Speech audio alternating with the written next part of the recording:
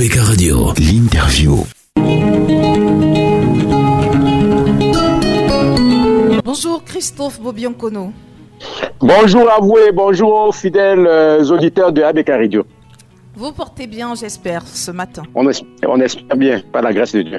Voilà, on va démarrer cet entretien déjà en présentant quelques-unes du journal Kalara paru hier, 11 juillet 2023. Et en grande une de ce journal, nous avons la fraude foncière, trucage judiciaire, 2 greffiers et 1 avocat poursuivi. Une autre petite une qui barre le journal, sanction, le TCS inflige 20 ans de prison à 2 fonctionnaires du MINFI. Qu'est-ce qu'on doit comprendre dans cette affaire? Bon, disons que ce sont des procès qui sont arrivés à terme au niveau du tribunal criminel spécial. Voilà, il y avait séparément, je pense, le percepteur de la commune de Ngambé qui était le receveur municipal, j'allais dire, de la commune de Ngambé, qui était poursuivi avec un ex-maire pour détournement de deniers publics. Le maire était décédé pendant que la procédure judiciaire était en cours et qu'il était détenu à la prison centrale de Kondengui. Et les 2 responsables, les 2 co-accusés se rejetaient les torts. Mais le tribunal a jugé qu'ils avaient effectivement commis tous les 2 les faits qui leur étaient reprochés. Et le tribunal leur a infligé la peine de 20 ans de prison au receveur municipal en estimant qu'il n'avait pas pu justifier les fonds dont il était accusé d'avoir sorti illicitement des caisses de l'entreprise, de la commune. Et pareil pour, je crois, l'arrondissement de Pété où cette fois-là, c'est le percepteur des finances de Pété, c'est dans l'extrême nord du pays, était poursuivi, cette fois avec son fils, pour avoir détourné de l'argent, je crois, autour de un peu plus de 200 millions de francs.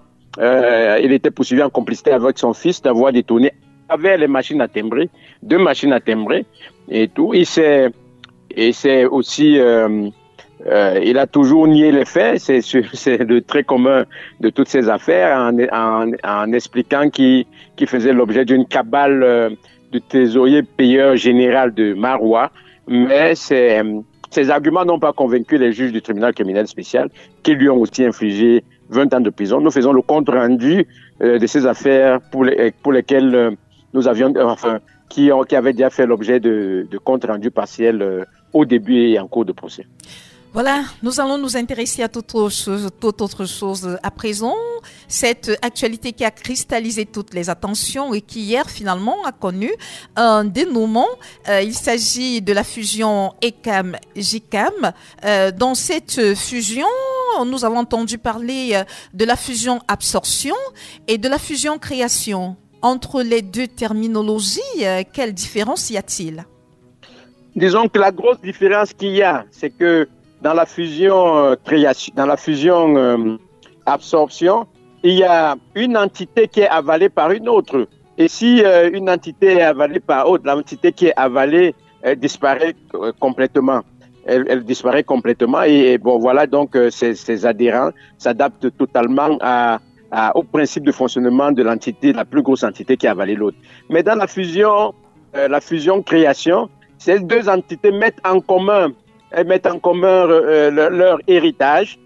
Vous savez que ECAM s'occupe surtout des petites et moyennes entreprises, alors que le JICAM, c'est surtout les très très grandes entreprises qui s'y trouvent. Et les grandes entreprises, prenons seulement le cas des cotisations sociales.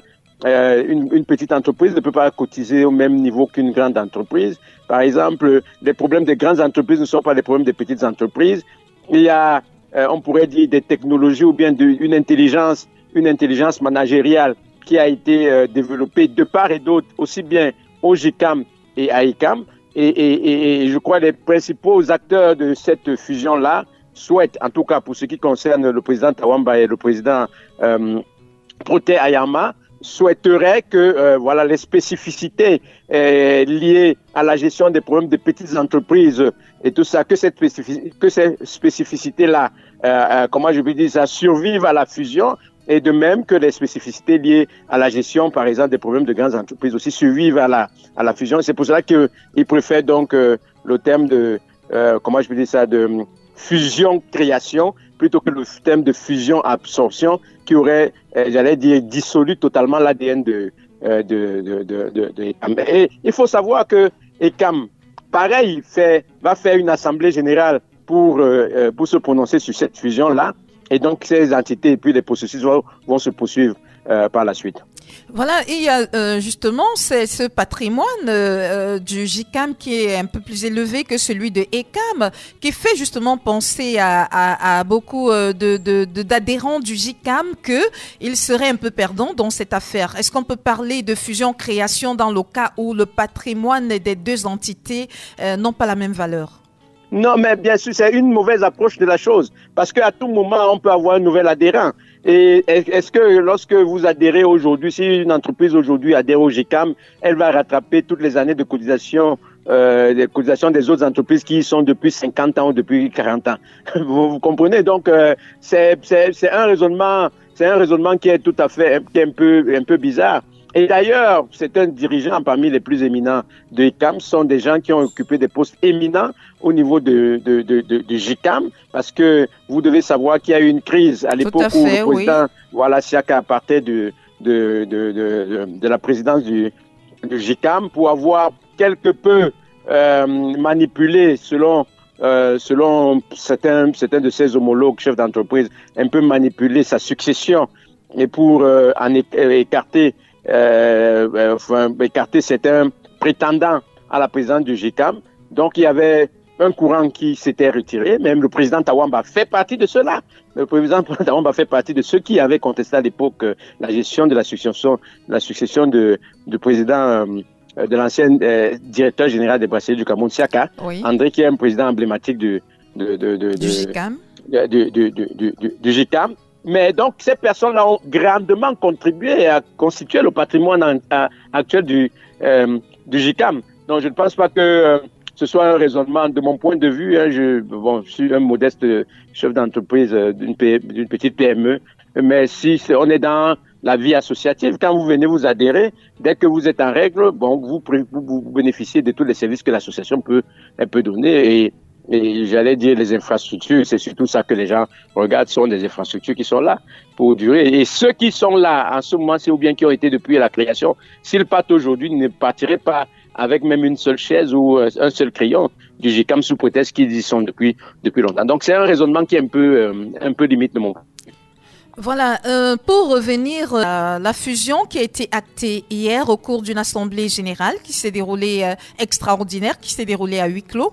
La fusion a été actée, mais on a qui s'attelle à dire qu'il y a des décisions de justice qui sont pendantes, notamment celles concernant le recours à l'annulation du traité de fusion, pour lequel le tribunal de grande instance du Vouri a renvoyé la décision au 14 août 2023. Et puis nous avons également, comme autre action intentée devant le tribunal de grande instance du Vouri, l'injonction au président du GICAM et celui des CAM de s'abstenir de poser quelque acte que ce soit tendant à la réalisation de la fusion. Cette décision également est renvoyée pour le 14 août 2023.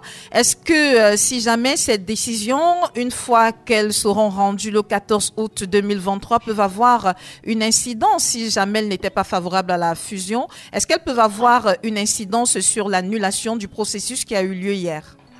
Bon, disons que tant que le juge ne s'est pas prononcé sur l'objet de sa saisine, ce serait difficile de dire ce qu'il décidera. Le moment venu après examen de la situation qui lui est soumise. Mais ces procédures-là paraissent mornées parce que nous sommes dans le cadre des associations et vous savez, il y a ce qu'on peut appeler la démocratie associative. Et la démocratie associative, les dirigeants sont les dirigeants, mais vous avez les adhérents, donc vous avez un certain nombre d'instances décisionnelles au niveau des associations. Le GICAM a un bureau exécutif, je ne sais pas si c'est comme ça qu'on l'appelle toujours, il a comment j'appelle ça, un organe, comment j'appelle ça, je ne sais pas, c'est un conseil de sages. Il a une assemblée générale, voilà, vous comprenez. Et l'assemblée générale s'est prononcée, pour ce qui concerne le GICAM. L'assemblée générale s'est prononcée, c'est-à-dire l'assemblée générale est au-dessus du bureau exécutif et du président. du président de l'organisation. Donc, ça signifie que les membres ont massivement participé. Ils ont massivement participé voilà, au processus qui est en cours. C'est-à-dire que quand vous prenez les combien 329, oui. 329 qui ont pris part à l'élection. Oui, disons qu'au vote des résolutions, oui. Parce que c'était ça le vote des résolutions concernant la fusion, le processus de fusion proposé pas par M. Tawamba, mais par tout le bureau exécutif du GICAM, proposé par tout le bureau exécutif du GICAM, et que vous voyez qu'ils ont quand même récolté 241 voix, je crois. Oui. 241 voix. Il faut considérer que tous ceux qui ont pris part au vote étaient dans le cadre du processus et que la démocratie associative a parlé. En tout cas, ça c'est pour le cas du GICAM. Et ça sera de même pour le cas de ECAM où il y a moins de... on n'a pas entendu des controverses. Donc, bon, là-bas, je crois que ça va passer comme une lettre aussi à la poste parce que de toute manière, plus de 2/3 d'adhérents qui votent pour la poursuite du processus, ça signifie ce que ça signifie. Donc, à partir de ce moment-là, on peut se poser la question sur l'objet de la saisine des juges. L'objet de la saisine des juges. Est-ce que 2 personnes ou quelques personnes peuvent interdire à un président, à un dirigeant associatif de poser les actes qui relèvent de son mandat? C'est une question sérieuse dès lors que la majorité des adhérents du groupement, donc de ce mouvement, sont d'accord avec le processus tel qu'il est mené. Voilà, vous comprenez, c'est des questions qui ne vont pas échapper aux juges. Avant même d'aller voir si les arguments des partis, en tout cas ceux qui ont saisi la justice pour essayer de bloquer ce processus-là, si ces arguments-là tiennent, ben on peut pronostiquer quand même, on peut prendre le risque de pronostiquer que la saisine des juges est désormais sans objet, notamment pour ce qui concerne la fusion. L'Assemblée générale a déjà voté, a déjà dit qu'il y aura fusion, en tout cas pour ce qui concerne le GICAM. L'Assemblée générale a dit donc un tiers ne peut pas aller obtenir du juge que l'Assemblée générale, quand on revienne dans ce processus, ce n'est pas possible.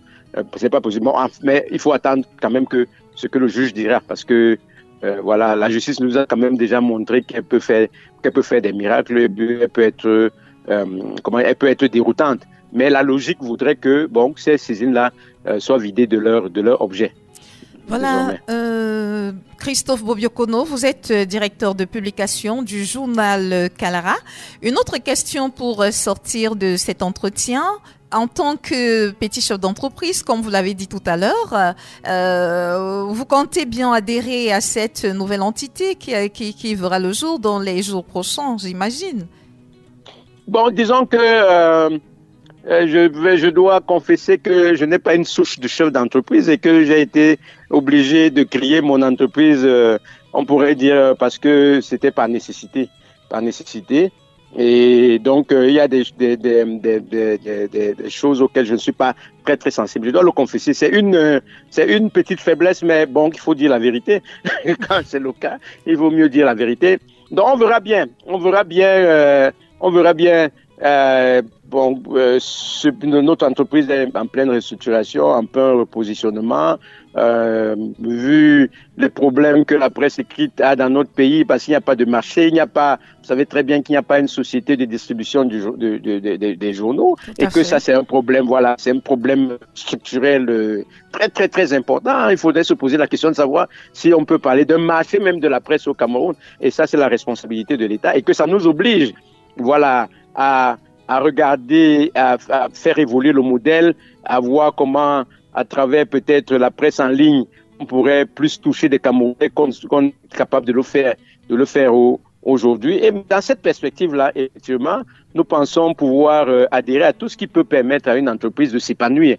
Parce que le fait d'être dans une association comme celle-là permet un partage d'expérience, permet des combats communs pour la vie de l'entreprise. C'est probablement que si la plupart des PME qui produisent un journal des entreprises, des journaux. Si ces entreprises ont été membres du GICAM ou bien de l'ECAM, probablement que le problème du marché de la presse aurait été posé avec beaucoup plus de force, soit par ECAM, soit surtout par ECAM. C'est parce que nos entreprises correspondent mieux à ECAM que par le GICAM. Donc, on attend de voir. Je crois que c'est des opportunités qui s'offrent à nous et il faudrait bien les saisir à un moment donné. Voilà, Christophe Bobiokono, merci de nous avoir encore accordé votre attention aujourd'hui, votre temps, et surtout de nous avoir apporté des éclairages sur cette question fusion ECAM-GICAM.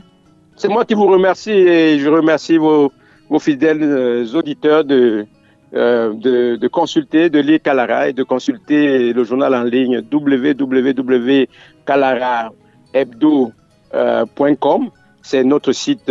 Donc, ceux qui n'ont pas la possibilité d'avoir le journal et qui sont dans les localités où le journal n'arrive pas peuvent toujours prendre un abonnement sur ce site-là et voilà, ils auront l'information. Nous rappelons que nous sommes l'hebdomadaire du monde judiciaire, donc c'est le journal spécialisé pour parler des questions judiciaires. Merci Bobiokono, bonne journée à vous. Bonne journée à vos fidèles auditeurs. Merci. Avec Radio, l'interview. De lundi à vendredi dès 7h. Retrouvez dans le 7-10, 7h-10h. Avec un matin, premier sur le matin. Les invités consultants de classe exceptionnels.